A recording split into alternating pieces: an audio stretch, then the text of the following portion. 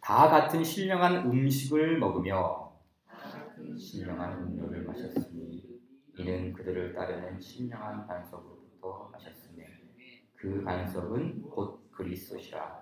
그러나 그들의 다수를 하나님이 기뻐하지 아니하셨으므로 그들이 광야에서 멸망을 받았느니라. 우리의 본보기가 되어 우리와 하여금 그들이 악을 즐겨하는 것 같이 즐겨하는 자가 되지 않게 하려 하니 그들 가운데 어떤 사람들과 같이 너희는 우상 숭배하는 자가 되지 말라. 기록된 바 백성이 앉아서 먹고 마시며 일어나서 뛰논다 함과 같으니라. 어떤 사람들이 음행하다 하루에 2만 3천 명이 죽어나니 우리는 그들과 같이 음행하지 말라. 그들 가운데 어떤 사람들이 주를 시험하다가 뱀에게 멸망하였나니 우리는 그들과 같이 시험하지 말자.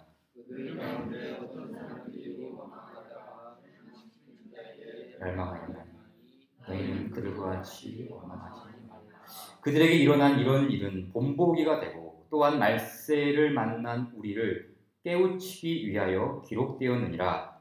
그런즉 산 줄로 생각하는 자는 13절 다 함께요.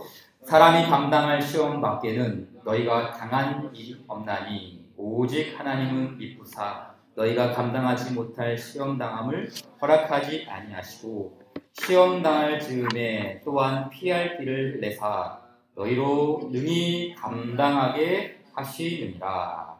아멘. 우리가 극장에 가면 그 영화를 본편이죠. 영화 관람을 딱 하기 전에 꼭 극장에서 알려주는 메시지가 있어요. 뭔지 아세요?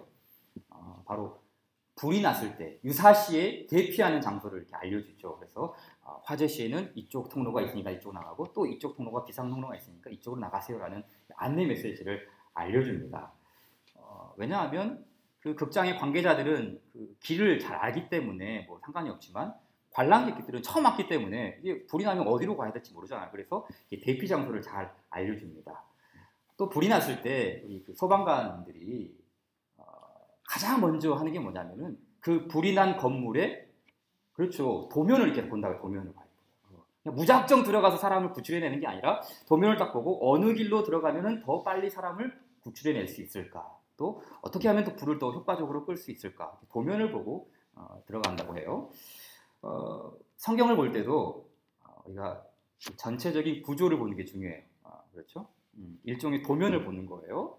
그래서 이 고린도전서의 이렇게 구조를 조금 정해봤는데요. 이런 이제 도면으로 본다면 이렇게 좀 제가 파악을 해봤어요. 1번부터 9번까지 이렇게 도로가 있어요. 그래서 1번은 서론이죠. 그리고 서론의 인사를 한 것이고, 두 번째는 교회의 그 분열, 그렇죠? 뭐 베드로파, 뭐 개바파 이런 내용들이 나왔죠. 1장부터 4장까지 내용이고, 또 세 번째 길은 윤리적인 불감증, 뭐 송사 문제, 은행의 문제, 이런 성도들과 이런 윤리적인 불감증이 있었고요. 네 번째로는 결혼에 대한 교훈, 그렇죠? 어떻게 뭐 이혼에 대한 문제일지, 또 처녀가 어떻게 또 살아야 될지, 또 독신의 이런 내용들이 다 나오죠. 또 다섯 번째는 이제 우상의 제물에 대한 교훈이 나오죠. 그리고 여섯 번째는 이제 예배에 대한 교훈. 뭐 여기는 은사 문제도 나오기도 하고, 또 어떻게 우리가 성찬을 집행해야 될 것인가 그 문제도 나오기도 하죠. 또 일곱 번째 길은 부활에 대한 교훈, 그리고 여섯 번째는 연보, 그리고 앞으로 바울이 어떻게 할 것인가에 대한 계약, 그리고 마지막은 결론. 이렇게 크게 9가지의 구조로 나눌 수가 있어요. 오늘 보고자 하는 그 구조가 뭐냐면 이제 다섯 번째죠. 우상의 제물에 대한 교훈이에요.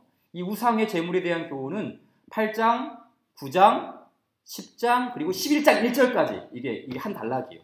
8장 1절부터 11장 1절까지의 내용이 다 어떤 것과 관련이 되어 있냐면 우상의 제물과 관련된 교훈이에요. 8장, 9장, 10장, 11장 1절까지 내용이 굉장히 많죠. 그리고 고린도전서는 1장부터 16장까지 있는데 한 중심에 있어요. 이 부분이 중요하다는 거 있죠. 그렇죠. 이 부분이 중요하다는 거예요. 내용도 많고 그리고 중심부에 있기 때문에 이 우상에 대한 제물을 사도 바울이 어떤 중요성을 가지고 이렇게 피력을 한 것 같아요. 자, 그럼 고린도 교회가 앓고 있는 이 우상의 문제, 어떤 우상의 문제가 있었는가? 크게 두 가지가 있어요. 하나는 우상에게 바쳐진 음식을 그리스도인들이 먹어도 되는가? 혹은 먹지 말아야 되는가에 대한 문제죠. 당시 이 고린도 사회에서는 그 유통되는 고기가 거의 대부분이 다 그 신전에서 우상에게 바쳐진 이후에 도축되었던 그런 이제 제물 음식들이었어요. 실제로 거의 모든 신전에는 그 부설로 도축장이 있었다고 해요. 우리가 뭐 초등학교에 부설, 병설, 유치원이 있듯이 신전에는 항상 부설 도축장이 있었어요. 제사를 드리자마자 이 짐승을 잡아서 시장으로 유통해야 되기 때문에 이런 이제 도축장이 있었던 것이죠. 그럼 이 그리스도인들은 그렇게 도축되고 유통이 된 고기를 사 먹어야 되는가? 먹지 말아야 되는가? 이런 이제 질문이 있었고요. 또 하나의 문제가 뭐냐면은 이제 고린도 교회가 있는 그 그리스 지역에는 올림픽 아시죠? 올림픽. 오늘 요즘 이제 뭐 4년에 한 번씩 이렇게 올림픽 하는데 그때 당시에는 2년에 한 번씩 이렇게 올림픽을 열었어요. 근데 이제 오늘날처럼 이렇게 운동 경기만 하는 올림픽이 아니라 그들의 수호신이죠. 그리스 로마 지역에 있는 뭐 비너스나 큐피트나 이런 수호신들에게 제사를 드리는 의식을 행하는 올림픽이에요. 그러니까 그 제사, 그 올림픽 축제를 여는데 축제잖아요. 얼마나 많은 그 밥상들이 진수성찬으로 나오겠어요. 그 축제에 그리스도인들이 참여해야 하는가? 하지 말아야 되는가?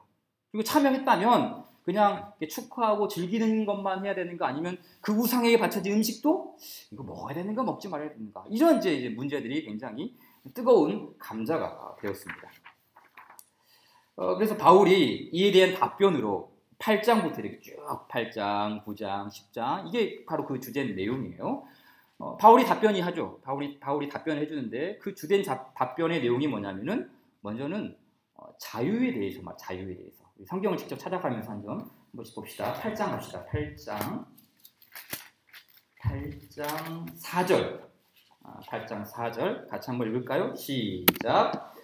그러므로 우상의 제물을 먹는 일에 대하여는 우리가 우상은 세상에 아무것도 아니요 또한 하나님은 한 분밖에 없는 줄 아노라 라고 했어요. 그리고 이 고린도 지역에 있는 성도들은 이 하나님에 대한 믿음은 확실했어요. 그들에게는 이미 하나님에 대한 믿음이 있고 우상은 이건 아무것도 아니야. 그냥 돌에 불과해. 이런 확신이 있었어요. 그러기에 우상 의식을 행한 후에 시중에 나온 음식이라 할지라도 큰 문제는 없다라는 거예요. 하지만 예외가 있죠. 주의할 점이 있어요. 이런 자유함이 있지만 믿음이 연약한 자들에게는 이게 큰 시험거리가 될 수 있다는 것이죠. 자, 쭉 내려와서 8장 9절 보세요. 제가 읽을게요. 8장 9절. 그런즉 너희의 자유라는 말을 썼죠. 근데 자유가 각주가 달려있죠. 성경에 자유하고 그 자유라는 말은 헬라어로 권리라고 했어요. 그러니까 너희의 자유, 그 권리가 믿음이 약한 자들에게 걸려 넘어지게 하는 것이 되지 않도록 조심하라. 우상의 제물, 이거 아무것도 아니라는 것은 알지만 너희가 다 그런 지식을 갖고 있지만 그렇다 하더라도 믿음이 연약한 자들에게 이게 시험이 되지 않도록 너희의 권리를 조심하라 라고 이야기하는 거예요. 그러면서 이제 바울 자신도 9장에서 자신도 사도라는 권리를 가지고 내가한테 사도라는 권리가 있지만 이 사도라는 이 권리를 내세울 수 있지만 약한 자를 위해서 믿음이 연약한 자를 위해서 내가 내 권리를 내려놓겠다라는 내 자유를 이렇게 잠시 내려놓을 수 있다는 그런 간증을 피력합니다. 볼까요? 9장 쭉 내려와서요.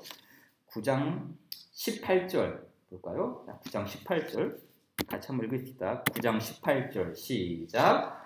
그런즉 내 상이 무엇이냐? 내가 복음을 전할 때에 값 없이 전하고 복음으로 말미암아 내게 있는 권리를 다 쓰지 아니하는 이것이로다. 그렇죠.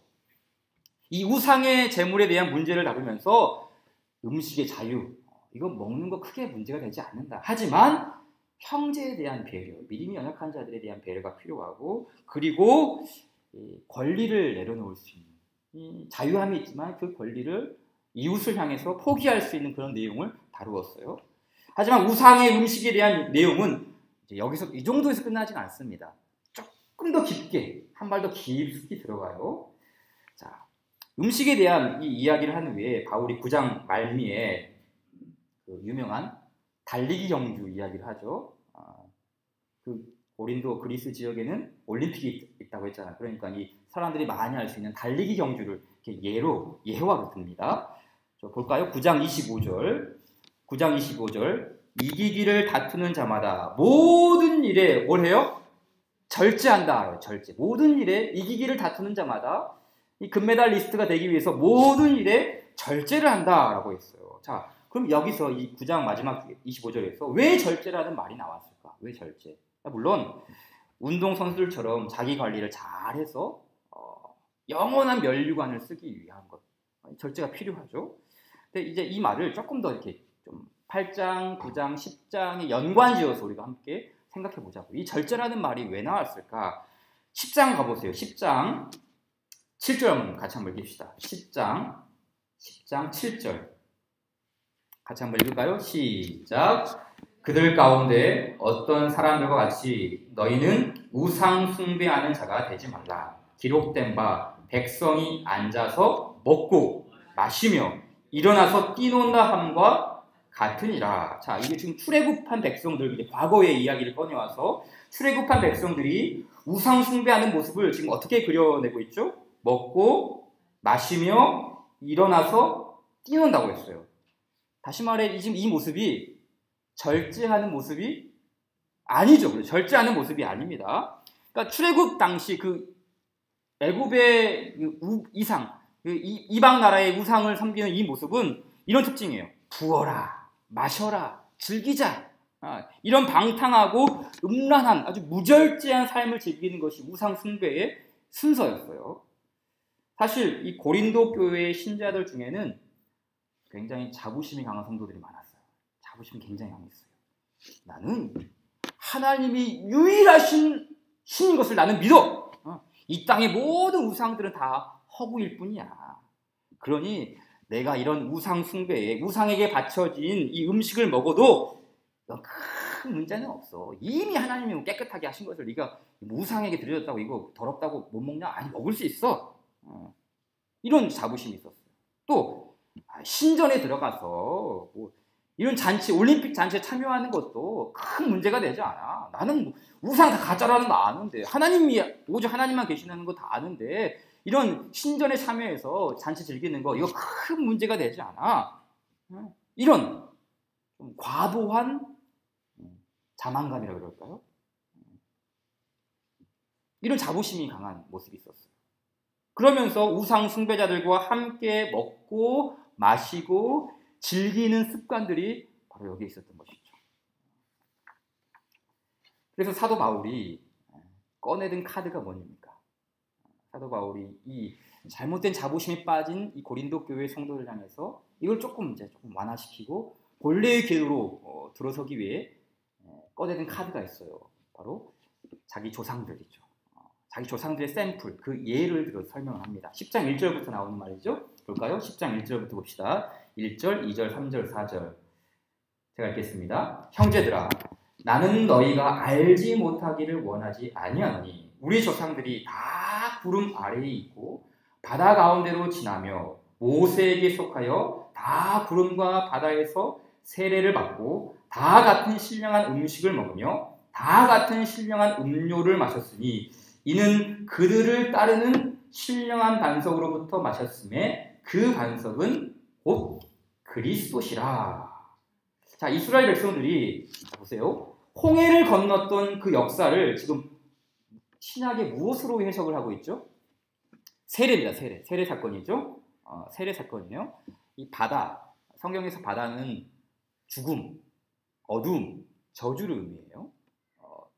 그런데 이 바다에서 모세에게 속하여 세례를 받았다고 했어요. 모세에게 속하여 세례를 받고 그리고 모세와 함께 이제 마른 땅으로 올라오죠.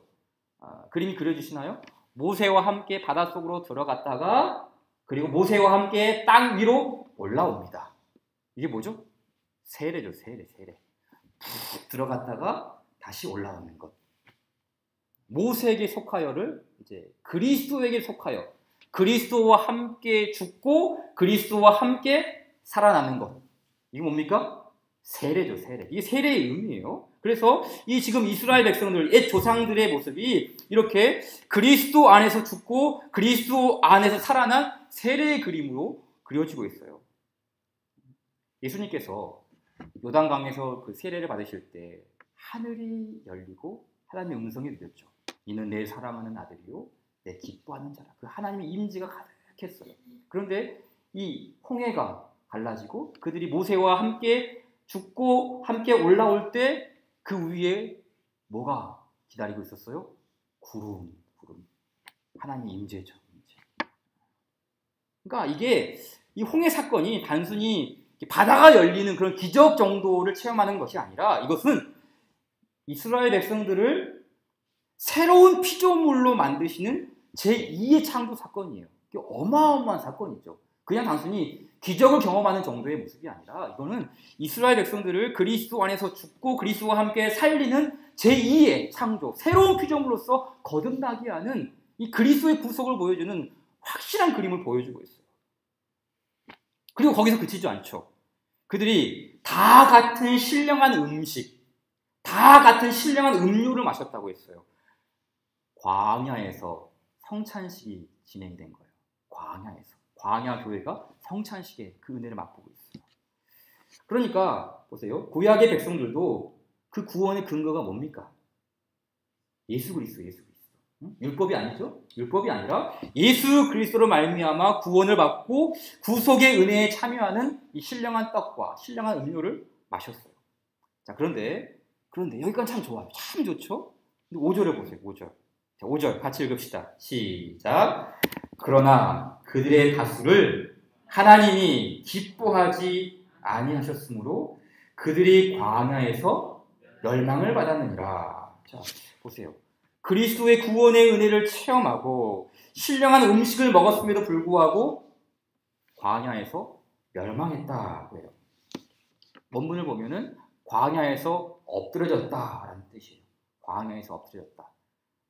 약속하신 그 언약을 받지 못했다는 것이죠. 하나님의 약속을 부여하지 못했어요. 자, 사도 바울이 고린도 교회를 향해서 이 이야기를 꺼내던 이유가 뭘까요? 왜 이 이야기를 꺼냈을까요? 좀 감이 오시죠? 봐라! 그 조상들이 세례를 받고 신령한 음식을 먹고 새로운 하나님의 백성으로 창조되었다. 그럼에도 불구하고 그들은 광야에서 엎드러지고 말았다. 왜 이런 말을 했을까요? 그렇죠. 너희도 이와 같은 상황에 직면할 수 있다. 큰 은혜를 받고 그리스도와 함께 죽고 살아나고 신령한 음식을 받았지만 광야에서 그 약속의 성취를 받지 못하고 엎드러질 수 있다. 근데 그게 사실은 우리의 모습이 될 수 있다. 지금 이 말을 암시하고 있는 것이죠. 그래서 바울이 이러한 일들이 우리에게 본보기가 되었다. 샘플이 되었다. 6절에서 그렇게 말하고 또 11절에서도 본보기가 되었다라고 말해요. 일종의 샘플이라는 것이죠. 자, 그래서 뭐라고 말합니까? 7절 보시죠. 7절. 그들 가운데 어떤 사람들과 같이 너희는 우상 숭배하는 자가 되지 말라. 8절. 그들 중에 어떤 사람들이 음행하다가 하루에 23,000명이 죽었나니 우리는 그들과 같이 음행하지 말자.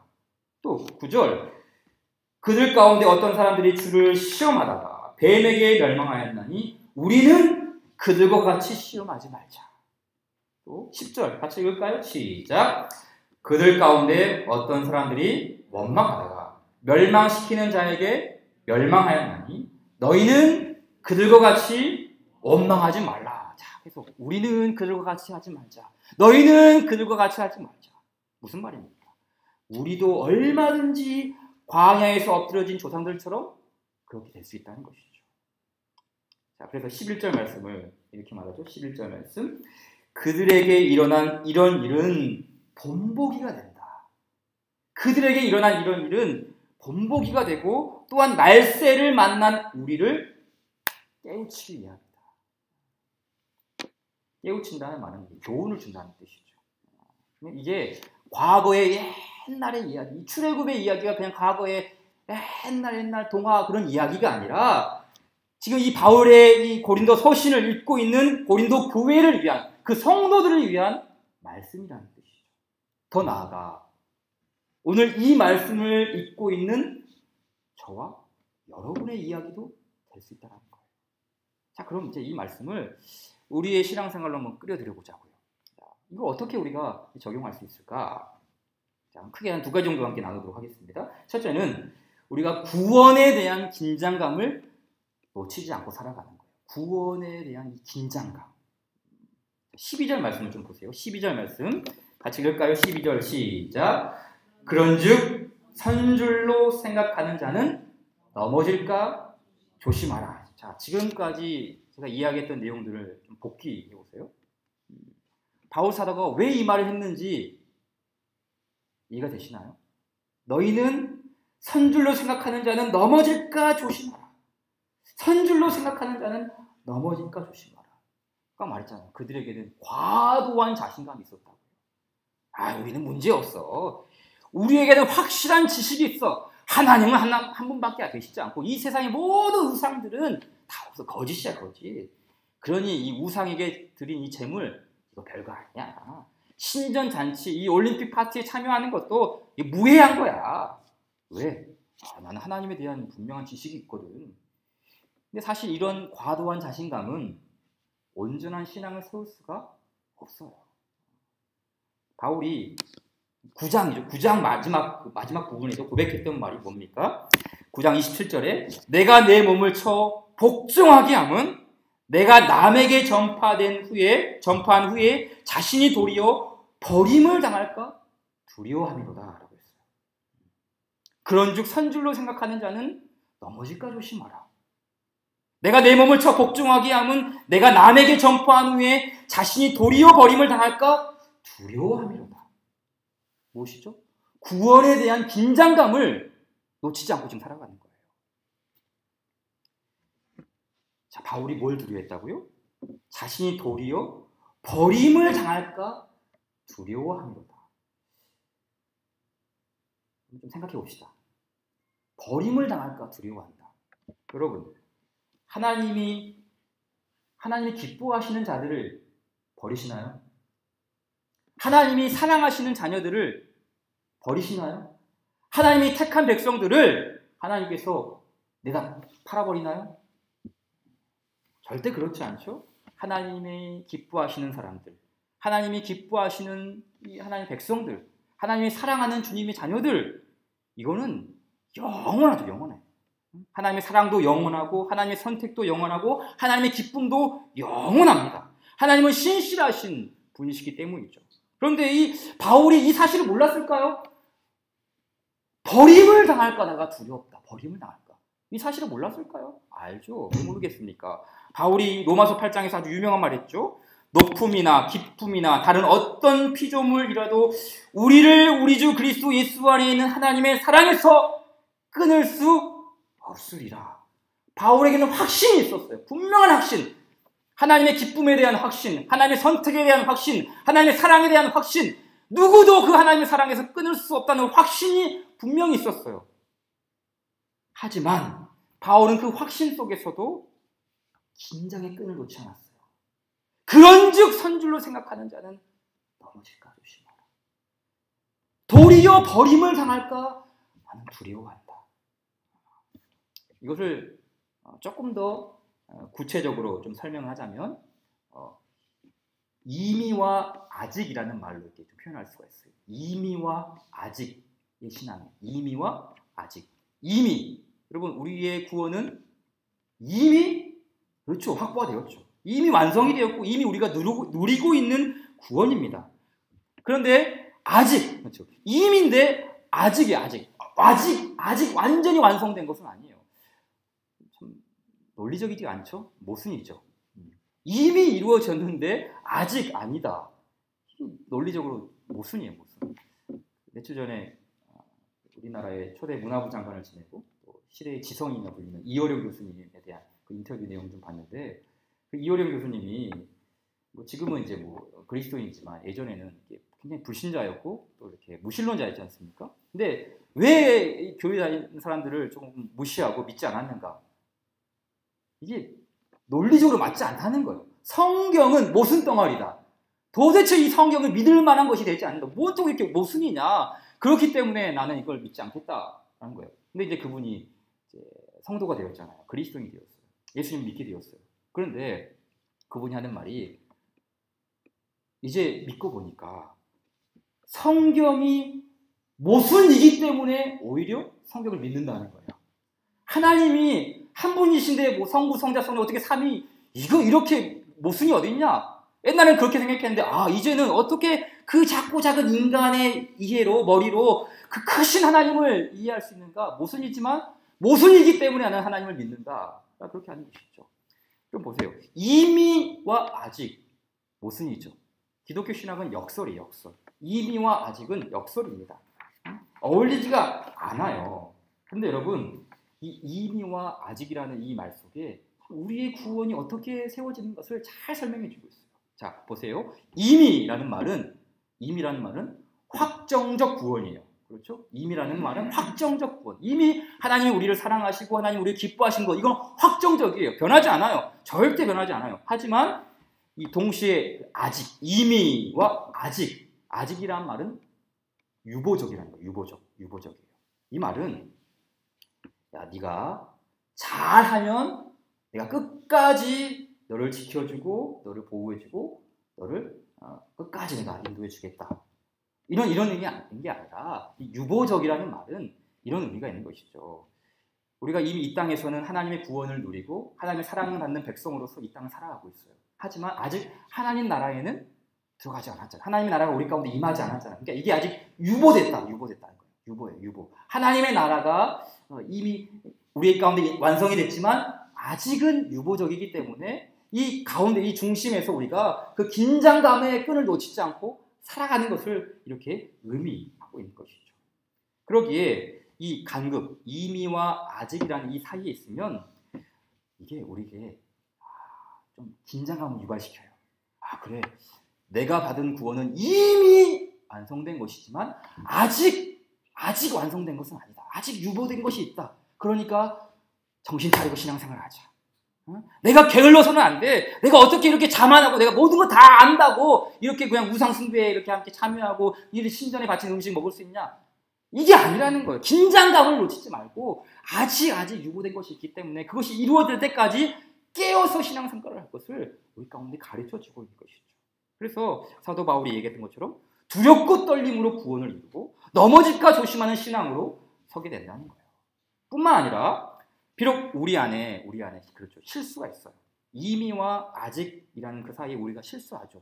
성도로서 조금 실수하기도 하고 넘어지기도 합니다. 그런데 그때만 하나님께서 뭐 하십니까? 피할 길을 열어주시죠. 피할 길. 자, 우리 13절 말씀이죠. 이 13절 말씀도 자, 그 이미와 아직이라는 그 구도를 가지고 한번 생각해 보세요. 자, 13절 말씀 같이 한번 읽을까요? 시작. 사람이 감당할 시험 밖에는 너희가 당한 것이 없나니 오직 하나님은 미쁘사 너희가 감당하지 못할 시험 당함을 허락하지 아니하시고 시험 당할 즈음에 또한 피할 길을 내사 너희로 능히 감당하게 하시느니라. 아멘. 자, 보세요. 이 말씀도 이미와 아직이라는 관점에서 생각해 보자고요. 자, 사람이 여기서 말하는 사람은 그리스도인이에요. 모든 사람을 가리키는 게 아니에요. 그리스도인이에요.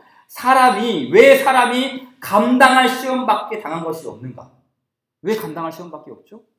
하나님이 이미 우리를 위해서 은혜를 예비해 두셨기 때문이 아닌가요? 왜 감당하지 못할 시험은 허락하지 않는가? 하나님의 그 신실하심이 이미 그 사람을 붙들고 있기 때문이 아닌가요?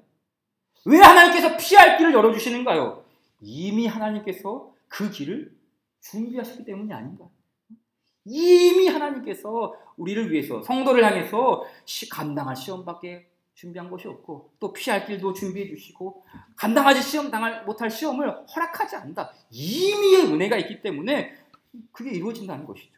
그러기에 우리에게 아직 시험이 남아있고 아직 유혹이 남아있고 아직 어려움이 남아있고 아직 실수가 남아있다 할지라도 이미의 은혜를 붙들고 있으면 그 시험을 뚫고 갈 수 있습니다. 그 임의의 은혜가 우리 가운데 허락되었기 때문이죠. 자, 히브리서 12장 18절 말씀 보세요. 12장 18절. 자, 읽겠습니다. 그러므로 우리가 흔들리지 않는 나라를 받았은즉, 이거 뭐죠? 임의죠, 임의. 그렇죠. 임의. 흔들리지 않는 나라를 받았은즉 은혜를 받자. 그렇죠. 임의의 은혜입니다. 흔들리지 않는 나라예요. 그게 요동되거나 그게 뭐 사라지거나 없어진 나라가 아니에요. 흔들리지 않는 임의의 은혜가 시작되었어요. 그런데 여기서 그치는 게 아니에요. 이것으로 자만하는 것이 아니라 뭐라고 그랬습니까? 이로 말미암아, 임의가 되었으니 이로 말미암아 경건함과 두려움으로 하나님을 기쁘게 섬기자. 임의의 은혜가 주어졌다면 아직이 남아있기 때문에 경건함과 두려움으로 하나님을 기쁘게 섬기자. 근데 이게 감사의 제목이에요. 감사의 제목. 그렇죠. 임의도 감사이고 아직도 감사해요. 그렇잖아요. 이게 없으면 우리가 자만하게 되고, 이게 없으면 우리가 방종하게 되고, 이게 없으면 우리가 자꾸만 멀어지기 때문에 임의도 감사이고 아직도 감사라는 것이죠. 그래서 이 임의와 아직의 긴장감이 더 굳건하게 우리의 신앙의 뿌리를 내리게 한다는 거예요. 자, 마지막으로 또 한 가지만 더 간단하게 정리하겠습니다. 자, 이 우상에게 바쳐진 음식을 다루면서 바울이 8장, 9장, 10장에 걸쳐서 전체적으로 8장, 9장, 10장 전체적으로 걸쳐서 강조한 것이 있어요. 혹시 뭐 퀴퀴하신 분들, 공부하신 분들 좀 아시나요? 8장, 9장, 10장에 걸쳐서 전체적으로 바울이 강조한 것이 뭡니까? 바로 공동체를 향한 사랑의 원리죠. 그렇죠? 공동체를 향한 사랑의 원리. 다시 8장 갑시다. 8장 보세요. 8장 1절이죠. 8장 1절 같이 읽을까요? 시작. 우상의 재물에 대하여는 우리가 다 지식이 있는 줄을 아나 지식은 교만하게 하며 사랑은 덕을 세우나니 라고 했어요. 그렇죠? 우상에게 드려진 음식이 아무것도 아니라는 그 과도한 지식은 교만을 세우지만 믿음이 연약한 지체를 향한 배려와 사랑은 공동체를 세운다. 이게 8장 1절 거표지죠. 8장 1절의 거표지에서 말하는 말이고 10장 33절 맨 마지막. 자, 보세요. 10장 33절 가세요. 10장 33절 8장의 1절 이 거표지의 말씀과 10장을 닫는 10장 33절의 말씀이 이게 짝을 이루어요. 볼까요? 10장 33절 시작. 나와 같이 모든 일에 모든 사람을 기쁘게 하여 자신의 유익을 구하지 아니하고 많은 사람의 유익을 구하여 그들로 구원을 받게 하라. 아멘. 보세요. 이웃의 유익이죠. 이웃의 유익. 8장 1절에서도 그 이웃의 유익을 말하고 10장 33절 마지막에서도 많은 사람의 유익을 구하라. 공동체를 세우라. 공동체로 시작해서 공동체로 끝나는 것이죠. 이 이웃의 유익이에요. 우리가 하나님께 영광을 돌린다. 그런 말도 많이 하죠. 하나님께 영광을 돌린다. 그럼 여러분 성도가 하나님께 영광을 돌린다고 그러는데 어떻게 하면 하나님이 영광 받으시죠? 연말에 우리 연예인들이 그 시상식에 참석해서 믿는 성도들이 이 상을 하나님께 올려드립니다. 하나님 감사합니다. 막 이렇게 고백하는 걸 참 보게 되면은 참 뿌듯하죠. 근데 그거는 이제 그 공인들이니까 하나님의 사람들로서 이 세상에서 사람들 앞에서 좀 드러내는 모습으로서 그 상을 받으니까 그런 감사로 하나님께 영광을 돌리는 것 할 수 있죠. 근데 우리는 그게 아니잖아요. 우리는 그냥 평범한 신자인데 그럼 우리는 어떻게 하면 하나님께 영광을 돌리고 이렇게 하나님을 높여드리는가? 어떻게 하면 되죠? 우리도 다 연예인 해서 상 받고 그래서 이 상을 하나님께 올려드립니다. 이렇게 하나님 영광 받으시나요? 그게 아닙니다. 우리가 우리 개인의 삶의 자리에서도 얼마든지 하나님께 영광을 올려드릴 수가 있어요. 그게 뭡니까? 자, 10장 31절이에요. 10장 31절. 자, 그 말씀 함께 같이 읽을까요? 10장 31절 시작. 그런즉 너희가 먹든지 마시든지 무엇을 하든지 다 하나님의 영광을 위하여 하라. 자, 그러니까 이 말씀도 잘 보세요. 하나님의 영광을 위하여 하라. 어떻게 해요? 먹든지 마시든지 무엇을 하든지. 지금 이거 다 무엇과 관련된 거예요? 그렇죠. 우상에 대한 음식. 근데 우상에 대한 그 음식, 너희들이 지식 때문에, 너희가 그 아주 높은 자만감, 그런 지식 때문에 너희를 세우는 지식으로 음식을 먹는 게 아니라 형제의 덕을 세우기 위하여 먹고 자매의 신앙을 세우기 위하여 마시고 무엇을 하든지 자기의 유익을 구하지 않고 공동체의 유익을 구한다면 이게 다 뭐예요? 하나님의 영광을 위한 것이다. 바로 이 문맥 안에서 쓰여지는 말이 바로 이것이죠. 너희가 먹든지 마시든지 무엇을 하든지 다 하나님의 영광을 위하여 하라. 바로 이게 공동체의 유익을 구하는 사람들이 바로 이런 일상의 삶 속에서 우리가 형제를 사랑함으로써 우리 공동체의 덕을 세움으로써 하나님께 영광을 돌려드릴 수 있다는 것이죠. 자, 이 말씀과 또 짝이 되는 말씀이 8장에 있습니다. 자, 8장으로 마지막 갑시다. 8장. 자, 이렇게 8장 시작해서 또 10장을 닫는 부분에서 계속해서 바울이 이 말을 하고 있죠. 자, 8장 3절 같이 읽읍시다. 8장 3절 시작. 또 누구든지 하나님을 사랑하면 그 사람은 하나님도 알아주시느니라. 아멘. 그렇죠. 보세요.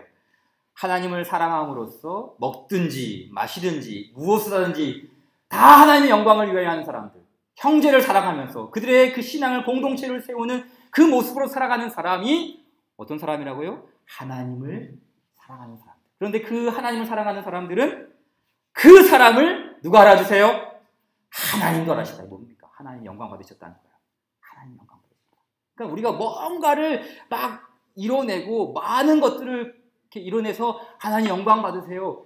이게 아니라 우리의 작은 섬김을 통해서 나의 작은 배려를 통해서 나의 이 소소한 권리를 내려놓음으로써 우리 이웃과 우리 형제들과 주의 몸된 교회와 공동체가 아름답게 세워진다면 하나님이 그것을 영광 받으시는 것이고 그 사람을 하나님께서 알아주신다. 거예요. 여러분, 하나님 우리를 알아주십니다. 하나님께서 우리를 알아주신다. 그러니까 이게 참 얼마나 기쁨이 됩니까? 우리가 세상에 이런 유력한 사람들처럼 뭔가 이렇게 많이 업적을 쌓고 좀 보여주기 만한 어떤 이런 일들을 이루어서 하나님 영광 받으시는 게 아니라 형제를 사랑함으로써 공동체를 세움으로써 하나님이 우리를 아시고 그리고 하나님이 영광 받으신다는 사실은 우리가 이 교회를 섬기며 또 이 세상을 살아갈 때 무엇에 초점을 맞추고 살아가야 할지를 다시 한번 우리에게 권면해주고 있는 말씀이에요. 우리 모두 바로 이런 하나님께 영광이 되는 믿음 그리고 하나님께 영광이 되는 사랑, 이런 이웃 사랑을 가지고 하나님이 알아주는 인생, 하나님이 영광 받으시는 인생, 하나님 우리를 기뻐하시는 그런 신앙으로 서가는 우리 모두가 되기를 주의 이름을 축원드립니다. 우리 함께 같이 주신 말씀 기억하시면서 455장 함께 찬양해 봅시다. 455장입니다.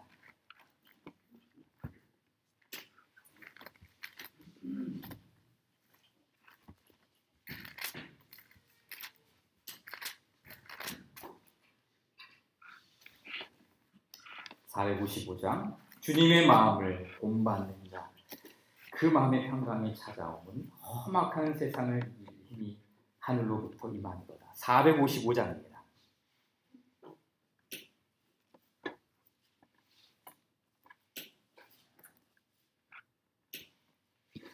주님의 마음을 본받는 자, 그 마음의 평강이 찾아오면 험악한 세상을 이길 힘이 하늘로부터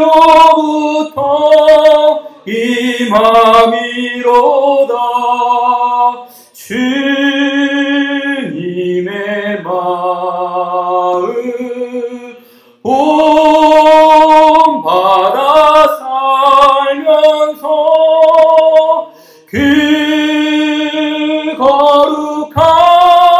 거룩하신 나도 이루리. 주 모습 내 눈에 안 보이며 그 음성 내 귀에 안 들려도 내 영혼 날마다 주를 만나 신령한 말씀 늘 외우도다. 주님의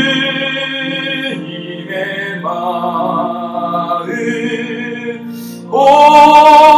온마다 살면서 그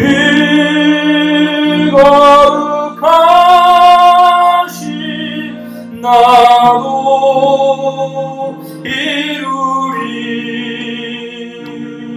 가는 길 거칠고 험하여도 내 맘에 불평이 없어지는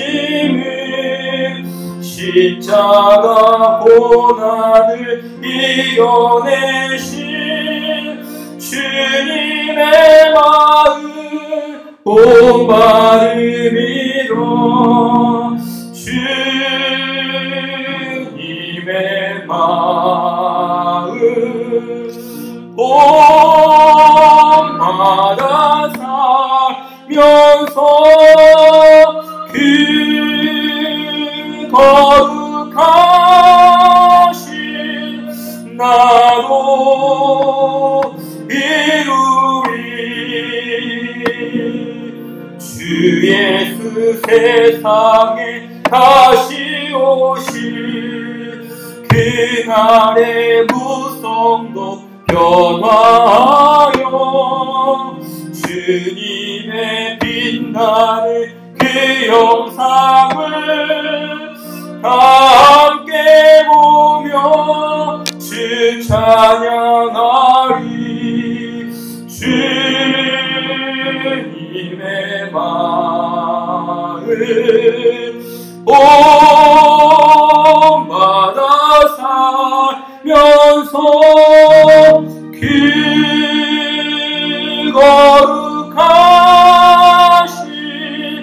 나도 이루리. 예수님께서 가르치시도록 마치겠습니다. 하늘에 계신 우리 아버지여, 이름이 거룩히 여김을 받으시오며 나라의 임하옵시며 뜻이 하늘에서 이룬 것 같이 땅에서도 이루어지이다. 오늘날 우리에게 일용할 양식을 주옵시고 우리가 우리에게 죄 지은 자를 사하여 준 것 같이 우리 죄를 사하여 주옵시고 우리를 시험에 들게 하지 마옵시고 다만 악에서 구하옵소서. 대개 나라와 권세와 영광이 아버지께 영원히 있사옵나이다. 아멘.